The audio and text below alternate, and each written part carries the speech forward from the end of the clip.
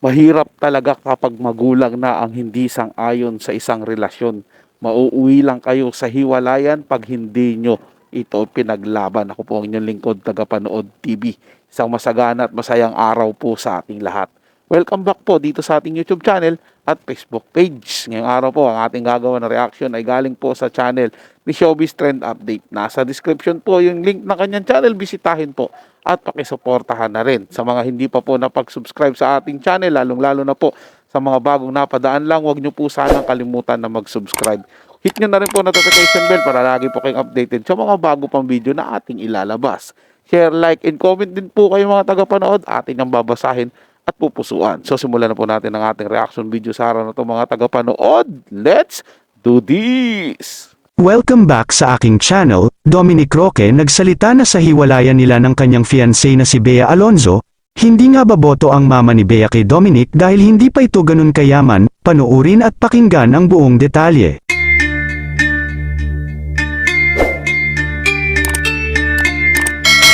Sa gitna nga ng isyong hiwalayan tungkol sa magkasintahang Bea Alonzo at Dominic Roque, ay marami naman ang naglabasan ng mga balita na hindi pa umano handa si Bea dahil natatakot daw ito na mawala ng career at mga endorsement na meron siya ngayon kung sakaling magpakasal ito kay Dominic. Matatandaan naman na kamakailan lang ay na-corner si Bea Alonzo ng Showbiz News reporter at inusisa ito tungkol sa kanilang wedding preparation ni Dominic. Pinabulaanan ni Bea ang mga sinabi ni Dominic na naghahanda na daw sila para sa kasal, dahil ayon sa kanya, ay wala pa raw talagang kahit anong napag-usapan. In short, hindi pa talaga plansyado, kahit nga raw listahan ng mga ninong at ninang ay hindi pa siya makapagbigay ng detalye. Kaya naman agad na napaisip ang mga netizens kung wala pa o sadyang wala na talaga sila.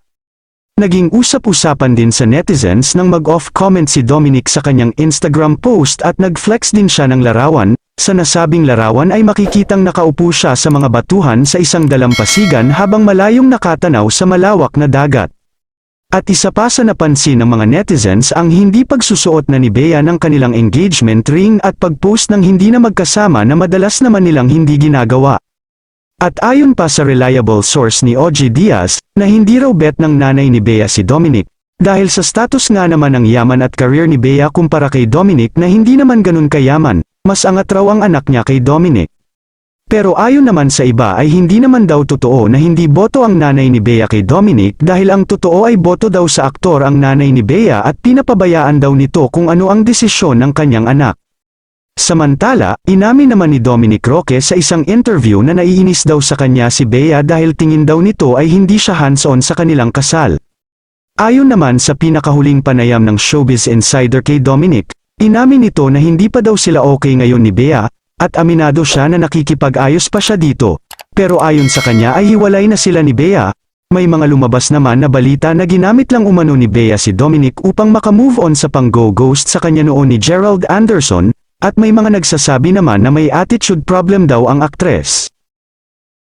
Kayo mga ka-showbiz, anong masasabi nyo sa ating showbiz topic ngayon? Kung may opinion kayo ay magkomento lang kayo sa aking comment section. At syempre kung bago pa lang kayo sa aking channel ay mag-subscribe na kayo para lagi kayong updated sa mga showbiz trends na ina-upload ko. Maraming salamat po. Dahil sobrang dami po ng dahilan at haka-haka ang lumalabas po mga tagapanood tungkol sa di umano'y hiwalayan ni Dominic Roque at ni Bea Alonzo. Malamang po mga tagapanood hindi po nila alam kung ano ang punot dulo. Kung totoo man pong hiwalay na sila o hindi pa po. Hindi po ba mga tagapanood? Kasi marami nagsasabi na dahil sa magulang, dahil hindi daw mayaman si Dominic Roque, gaano ba kayaman ang mga gusto nila? Tsaka hindi rin naman po nag-umpisa ng sobrang yaman si Bea Alonzo. Di ba pinaghirapan niya po yan?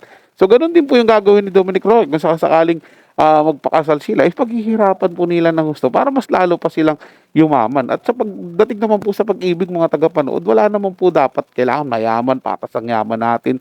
Dapat hindi po ganun mga tagapanood, di ba? Kasi bandang huli, silang dalawa lang din ang magsasama yan, si Bea at si Dominic yung mga magulang yan, suporta lang po yan dahil magbubukod po sila at gagawa po sila ng sarili nilang pamilya. Tapos sinasabi din po dito na hindi hands-on daw si Dominic Roque sa kanilang kasal. Pag tiningnan mo naman yung mga post, si Dominic Roque pa nga lagi nagsasabi na kakasal na kami, engaged na kami, nag-aasikaso na kami, at si Bea naman tong hindi nagsasabi. Tapos dito rin naman na sinasabi rin po sa balitang ito mga tagapanood na si Bea Alonso hindi pa ready sa pagpapakasal. Nasa edad na rin po siya mga tagapanood, di ba? Marami po siyang mga kasabayan, may mga pamilya na, may mga anak na. Po ba, may iba ba, mas bata pa sa kanya, may pamilya na, may anak na. Nasa tamang edad na po siya para lumagay din sa tahimik at bumuo po ng pamilya. O baka doon po yung mga tagapanood, baka nga natatakot na mag-settle.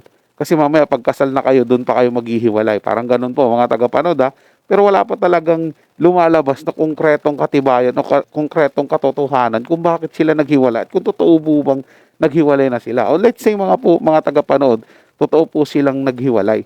Pero yung mga reason po na lumalabas dito, hindi po natin alam kung alin po yung katotohanan dito mga tagapanood. Di po ba? Hindi katulad po nung kila Catherine Bernardo at saka si Daniel Padilla nung naghiwalay. Alam po ang reason about third party po. Ganun din po yung paghihiwalay ni Richie Rivero at ni Andrea Brillantes. Di ba po? Si Andrea Brillantes nga po nasasali pa po sa isyong hiwalayang Daniel Padilla at Catherine Bernardo. At marami pa pong hiwalayan na nangyari po sa mga artista.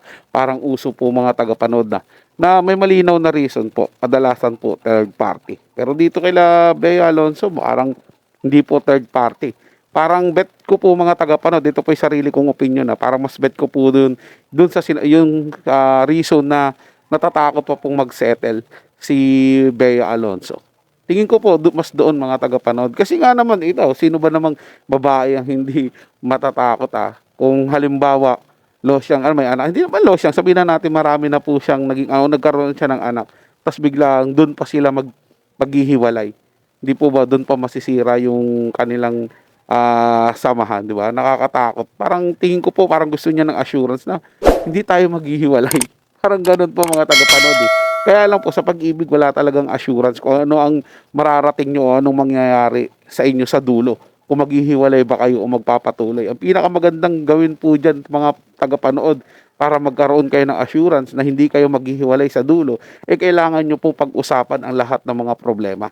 Kailangan po maging tapat kayo sa isa't isa. At wag po mawala yung spark ng pag-ibig. Dapat tuloy-tuloy lang po. At mamuhay po lagi ng masaya na nakasentro po sa ating Panginoon. So yun lang po mga tagapanood. May nagustuhan nyo po yung paksang ating tinalakay sa araw na to. At kung kayo bago lang po na napadaan dito sa ating channel, huwag nyo po sanang kalimutan na mag-subscribe. I-hit nyo na rin po notification bell para lagi po kayong updated sa mga bago pang video na ating ilalabas.